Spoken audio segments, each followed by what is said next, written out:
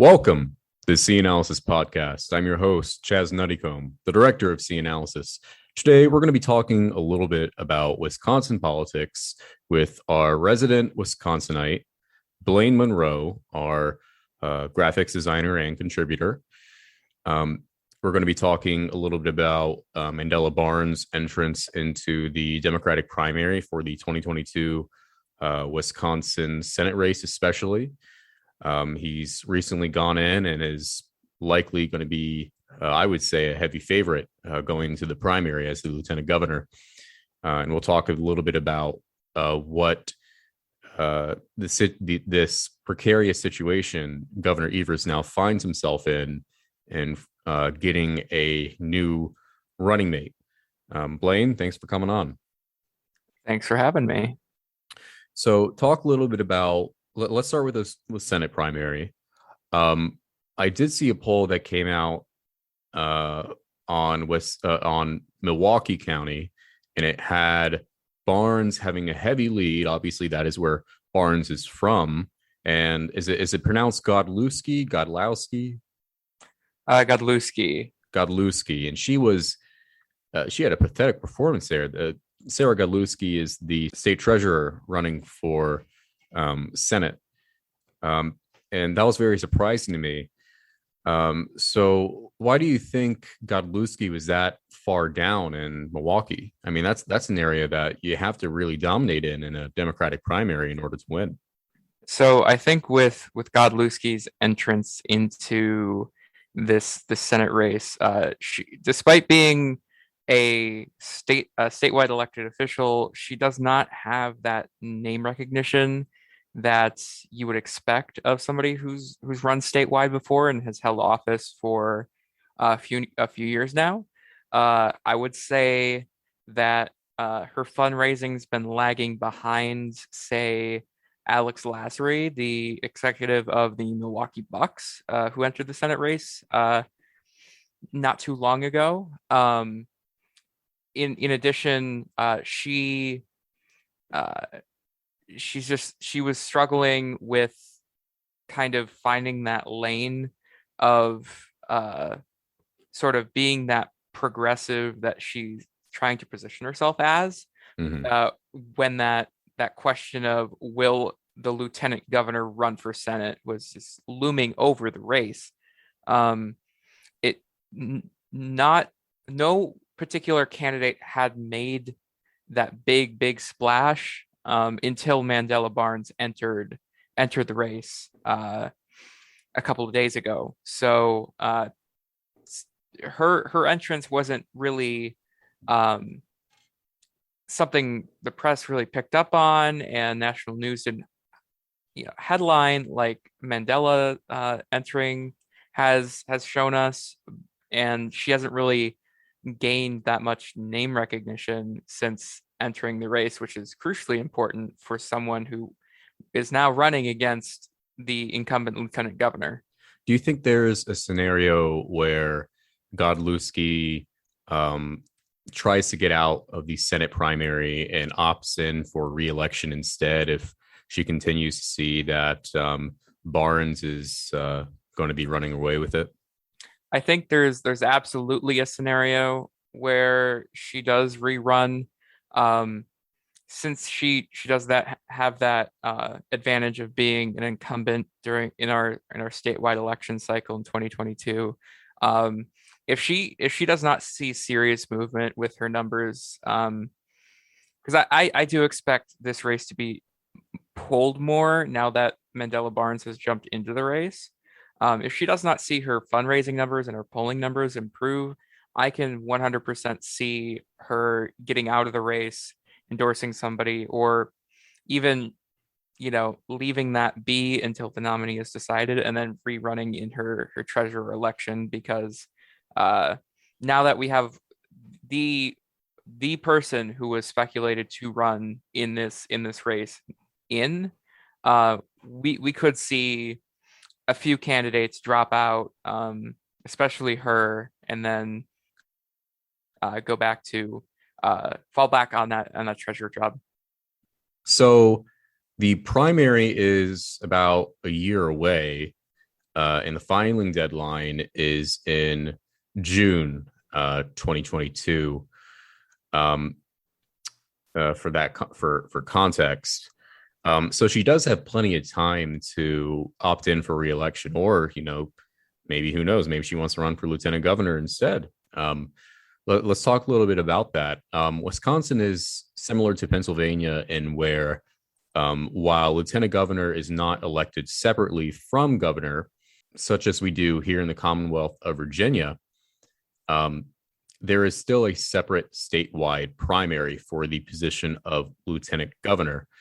Who are some potential lieutenant governor candidates for the Democrats? And also, um, do you think that it's still best for Evers to have a African American running mate? So when we think of the lieutenant governor primary, there's rarely do you have somebody that stands out to you. Um, I think with with our lieutenant with our lieutenant governor position, Sarah Godlewski could very well be a top contender for that position, mainly because the Scott Walker administration, to my knowledge, kind of restricted the role of treasurer during his tenure. The lame duck So session? the no, this was the treasurer's position through legislation was their powers were significantly reduced, Yeah, and it, was that because I know they did that for, I mean, several statewide elected positions this just after they lost in the 2018 elections. Was that no, this was entirely different. okay? During the election cycle, they wanted to eliminate the treasurer position completely Oh, and right. give the responsibilities of the treasurer's office to the governor's office. And Sarah Godlewski was the candidate who wanted to preserve the position of treasurer in the state of Wisconsin. So even with with that treasurer's spot still, existing, a lot of the powers that were previously afforded to the treasurer are in the hands of the governor's office. So uh, if she wants to move up to a position where she's in line for the governorship and could launch to running statewide again, this time as a gubernatorial candidate if Governor Evers uh, say wins in 2022 and then declines to seek reelection thereafter, um, and gain a little bit more of responsibility in her job description because the treasurer's office is extremely limited at this point. Other candidates, there's nobody that would stand out to me. Um, I know Mandela Barnes was quite a high profile candidate for position, given that he did hold elected office in Milwaukee County. But other than that, we don't see too many people of of high up in the political sort of circles in Wisconsin run for lieutenant governor. They want to run for other positions. Well, one of the things is, a part of the formula for Democrats winning Wisconsin in a statewide election is that they need Black turnout in Milwaukee. And I think Mandela Barnes being the lieutenant governor nominee was a great way to have some diversity on the ticket. So I think that's one issue with having Godlewski. If she were to run for lieutenant governor and win the primary, I think Evers really needs a Black running mate to make sure that they can, boost their chances of trying to drive up Black turnout in Milwaukee. Are there any potential African American candidates from the Milwaukee area who would potentially consider running for the position? So I think who stands out to me as somebody from there that would fit the build would be Lena Taylor. She is a state senator in the fourth district. So to put that in perspective, is the 10th, 11th, and 12th assembly districts combined. It's on the northwest side of Milwaukee. Yeah, it's a majority black district, It right? is a majority black district on the northwest side of Milwaukee, and she ran for Milwaukee mayor in 2020 and lost to the incumbent Tom Barrett, who previously ran for governor 3 times before and was unsuccessful. But if Evers uh, is without a running mate or without Mandela Barnes as a running mate in 2022, I think if he wants that running mate from Milwaukee or somebody who can drive turnout in that area, it would be Lena Taylor. Do you think Evers would endorse in lieutenant governor primary so that he can, get a running mate of his choice? I, to me, I don't think Evers. I think Evers is very cautious when stepping into sort of these primary battles or just elections in general, mainly because Wisconsin Democrats only have so much to cling to.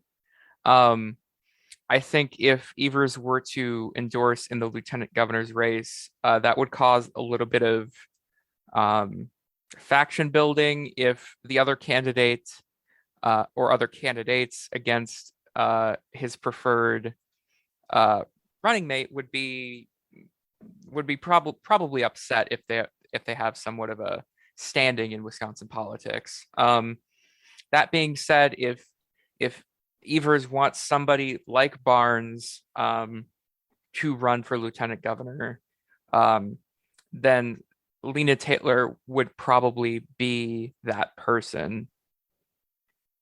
Okay. Um, yeah, I think at the end of the day, he just really needs to have a black running mate because again, that's part of the formula. Um, so yeah. Well, uh, I think when it comes to who would be running? Let's say Godlewski runs for lieutenant governor. Um, are there any potential candidates who have shown interest in running for treasurer on the Democratic side? The treasurer's position isn't well sought after, so anyone who ends up as the nominee on the Democratic side for treasurer would probably be um, they wouldn't be making a name for themselves. They would be riding off of Tony Evers's success, and we have seen no favorites so far or anyone speculating to, because I think the eyes are on the governor's race and the Senate race. I think I think the two state senators that currently represent Trump districts in one is in the western part of Wisconsin, and then one is in the northern part of Wisconsin. They are Democrats representing Trump districts. I think they are probably underdogs to 2022, to be quite frank, regardless of how the lines are drawn. Even in the best possible lines, it's still going to be a Trump district for the both of them, even under a fair map, to the best of my knowledge. So I think either one of them or both of them rather would still be better off running for statewide office. Just because I think they'll be underdogs. And unfortunately, that's one issue that Democrats are going to run into in 2022 is that Republicans are probably going to be creating a state Senate supermajority given the seats that are up, unless there is a scenario where the Democrats get to pick up a seat in the Milwaukee area, unless there's a Republican gerrymander, in which case they will not. So yeah. Well, I think that just about wraps it up. We've gotten to talk about the potential primaries for treasurer, Senate, lieutenant governor, and a little bit about the um, governor's race. Um, we already have written a little bit about the governor's race, or you have, on how the race is a toss-up, and the GOP has a pretty strong bench for running against Evers, whoever they want to run, and it'll be one of the most competitive elections for gubernatorial elections in 2022. So yeah, thank you so much for giving the cheesehead perspective here, Blaine. Yes, thank you for having me. All right.